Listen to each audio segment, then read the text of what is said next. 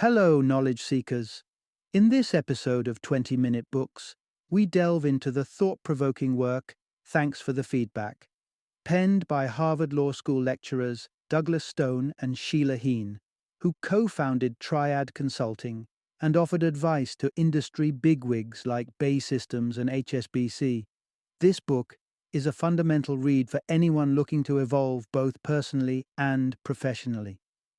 Thanks for the Feedback uncovers the art of learning from people and experiences within both personal and professional domains. It illuminates various types of feedback, their significance, and how they can be harnessed constructively for self-improvement. The book inspires readers to adopt a more positive perspective towards feedback, enabling them to use it as a tool for enhancement in their career, trajectories, and interpersonal relationships. Whether you're enthusiastic about self-development, invested in the skills of coaching and managing people, or interested in the psychology of giving and receiving feedback, Thanks for the Feedback serves as a valuable guide. Join us in this episode as we encapsulate the wisdom of this influential book in just 20 minutes.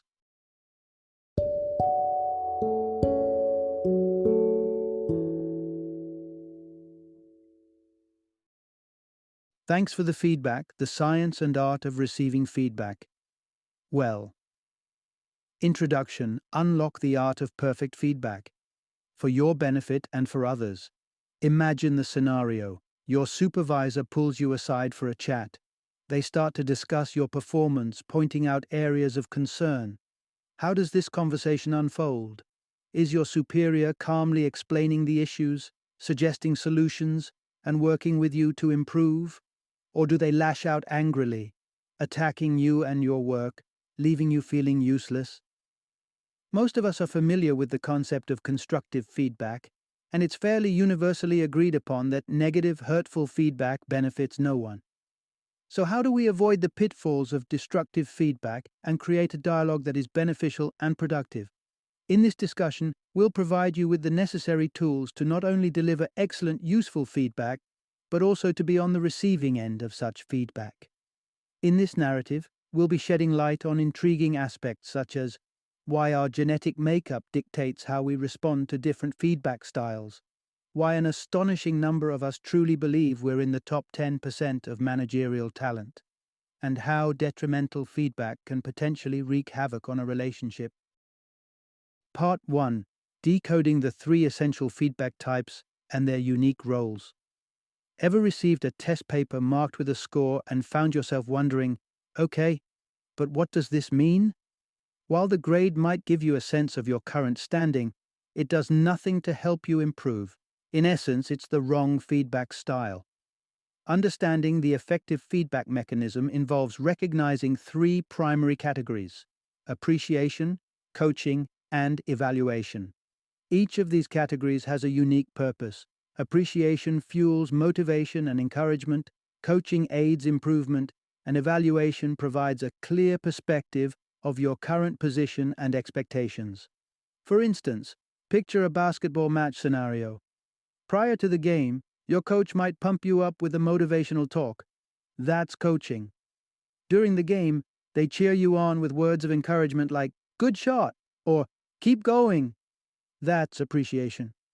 Post-game, they review the team's performance, pinpointing strengths and areas of improvement. That's evaluation. Identifying the appropriate feedback type for different situations is crucial. When you've given your all and are at the brink of exhaustion, appreciation for your effort is more beneficial than coaching on how to do better. Conversely, when you're facing hurdles and in dire need of coaching, simple words of appreciation like "you're doing well" are inadequate. So, be mindful of what you need. If your goal is to enhance your essay writing skills, seek out your professor and request feedback that will foster improvement. Master the art of pinpointing the feedback that you need, and you'll find it much easier to receive it. Part 2. Navigating feedback. Comprehend it before responding. Picture this. Someone highlights a flaw in your work, but you're convinced they're the ones mistaken. Many of us have been in this position, and often the typical response is to dismiss the feedback. but perhaps the feedback isn't actually incorrect. Maybe we just don't understand it. Instead of jumping to defensiveness, take a step back. Try to comprehend the intention behind the person's feedback. Scan their comments for essential points that you can work on. Often we receive feedback wrapped in generic comments, devoid of specificity. The absence of precision can lead to varying interpretations for the giver and the receiver. Take the statement, "You're a reckless driver," for example. That comment would be much easier to digest and act upon if you knew the exact context or the specific instances that drove the person to say it. It could translate to, "Every time I'm in the car with you, you're engrossed in your phone." Faced with such feedback, question why the person perceives you in that way. Also, try to identify the action the feedback aims to instigate. Are they suggesting you be more cautious overall while driving? Or are they recommending a specific change like installing a hands-free device in your car? One key factor while dissecting feedback is understanding the giver's perspective. It's a human tendency to lack objectivity about oneself. A 2007 survey demonstrated this aptly by revealing that 90% of managers believed their performance to be in the top 10%. A clear impossibility, as not all 90% can occupy the top 10%. Self-perception can often be skewed. Recognize the value in others' opinions, especially when they possess information you might not have. Suppose someone critiques your management style based on new sales data or customer feedback about your professionalism. Even if you felt you were performing optimally, there's an apparent disparity between your perception and theirs. Embrace this information, using it as a stepping stone to improvement rather than disregarding it. Part 3. Feedback. A flashlight into your blind spots. Ever mimicked a friend only for them to exclaim, "I don't do that," while everyone else bursts into laughter, agreeing with your impression? It's often startling to realize how differently others perceive us. We rarely see ourselves as others do. This holds true both physically and emotionally. For instance, we're not usually aware of how our facial expressions might reveal more than we intend to. Imagine you're striving to be more approachable towards your coworkers due to past comments about seeming aloof. So, you start smiling more. But if your heart isn't into it, chances are they'll detect the lack of genuineness in your smile. Similar to our inability to witness our expressions, we're also unable to hear our tone of voice, making it challenging to self-assess accurately. If you possess a somewhat assertive tone, you might overlook it as you're accustomed to it. What feels normal to you might come across as aggressive to others. Our perceptions of ourselves frequently deviate from how others perceive us. When we stumble, we tend to attribute it to external factors or circumstances. Conversely, other people might view the same scenario as a personal flaw. For example, if someone comments about you being unfriendly, you're likely to reason that you were just stressed that day, that is, circumstances. Meanwhile, the person could interpret this as a characteristic trait. Moreover, we tend to evaluate ourselves based on our intentions, whereas we judge others by their actions. Consider the earlier example of the insincere smile.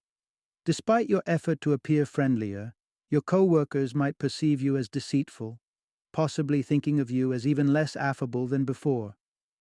We often carry a more positive self-image than what others might hold of us, which is why negative feedback can be particularly jarring. Consider feedback as a flashlight that illuminates your blind spots. Recognize it, learn from it, and apply that knowledge to garner even more insights from future feedback. Part 4. Feedback in the light of relationships. It's all about the interpretation. Ever found yourself questioning why criticism from certain individuals is easier to accept while others' remarks trigger irritation or dismissal?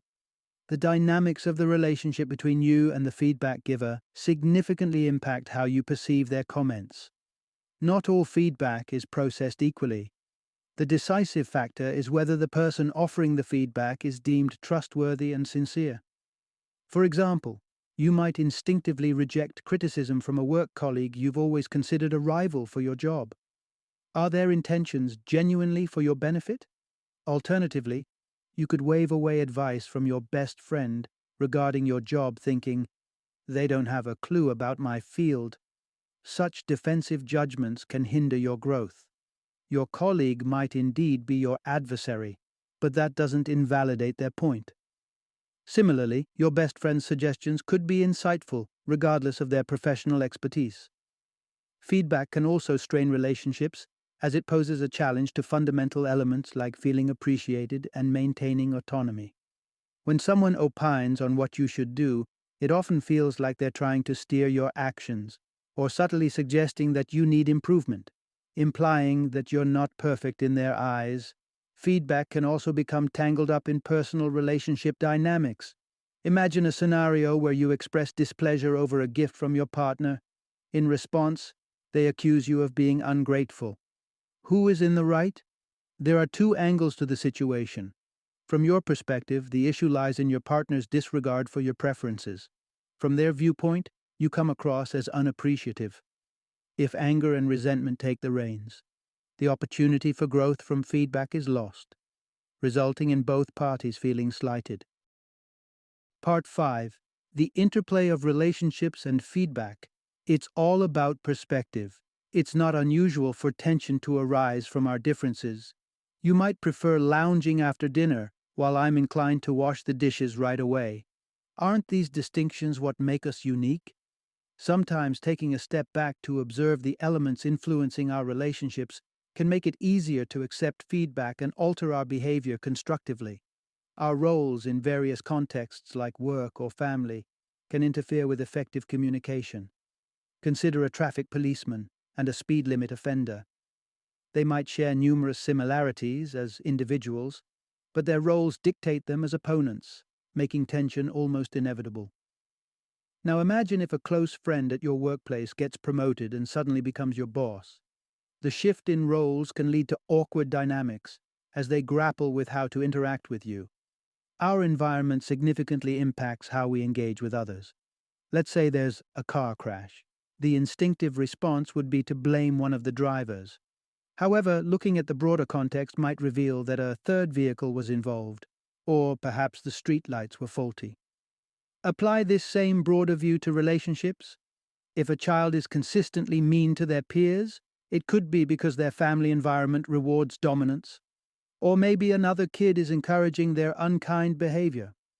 This perspective doesn't excuse the child's behavior, but it helps comprehend it, and understanding is a vital step in utilizing feedback effectively. So when you're on the receiving end of feedback, reflect on your emotions towards the person giving it and their feelings towards you. Also, take a few steps back to identify other influences that could be at play. Part 6. The interplay of our brain, emotions, and feedback interpretation. Ever wondered why some individuals seem more receptive to feedback than others? Our response to feedback is significantly determined by our brain's wiring. Our genetic makeup sets our default happiness level. Some people are naturally predisposed to be happier than others. Research indicates that at least 50% of these differences are attributed to our genes, rather than our life experiences. Additionally, our emotional range varies. Some people are more emotive than others. You can easily spot these differences in children. Certain kids are highly responsive to minor things like loud noises, while others remain unfazed. Correspondingly, our sensitivity to feedback varies. The higher your happiness baseline, the more favorably you'll likely respond to positive feedback. Conversely, if your happiness baseline is lower, you're more likely to react negatively to adverse feedback. The brain also influences our recovery speed from feedback. A 2002 study by researcher Richard Davidson revealed a vast variance in the duration we can sustain positive emotions and the time we need to recover from negative emotions. Up to a staggering 3,000% difference. The left and right hemispheres of our brain process positive and negative feedback differently. Individuals with heightened activity in their right brain tend to recover from negative feedback at a slower pace. Intriguingly, irrespective of our brain structure, we all share a common trait. We experience negative emotions more intensely than positive ones. This reaction is due to our brains being hardwired to detect threats to ensure our survival. Understanding how our brains are wired can facilitate self-acceptance. However, remember that our genes are just a part of the equation. Our emotions, life experiences, and choices complete the picture. Part 7.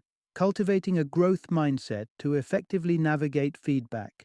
Picture this. Someone starts pointing out your flaws, and you instantly feel defensive and upset. What makes us interpret feedback as an affront beyond our genetic predispositions? It largely boils down to our attitude. We often oversimplify our identities into absolute labels like, I'm a good person or I'm a hard worker. These rigid labels don't leave much room for nuance. Consequently, negative feedback can feel like an attack on our entire identity. If someone remarks, you weren't very helpful on yesterday's task, you might feel stung, interpreting it as a challenge to your hard-working persona, and thus dismiss the feedback. Instead, strive to shift from a fixed mindset to a growth mindset. It's common to view personality traits as unchangeable, but that's not a constructive approach. Focus on areas where you can grow. Carol Dweck, a researcher, explored this concept through a children's puzzle-solving experiment. She discovered that children with a growth mindset coped much better with failure because they were motivated to improve.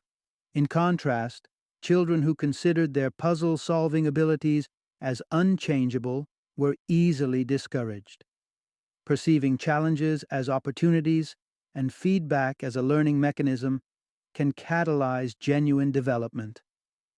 If you are committed to learning, you'll continually get better at it. With a growth mindset, you believe in your potential for improvement and stay motivated to keep progressing. A positive attitude can significantly influence personal growth. Of course, no amount of self-belief will transform you into a tennis champion overnight. As we've discussed, genes do play a role. But remember, many crucial aspects of life, such as intelligence, creativity, compassion, and confidence, can be enhanced by maintaining a positive attitude and fostering a healthy growth mindset. Final summary. The central idea in this book: all feedback, regardless of whether you resonate with it, can serve as a springboard for growth. Cultivating an open mind towards feedback can facilitate our personal development. When we master the art of processing feedback effectively, our potential for personal growth becomes limitless.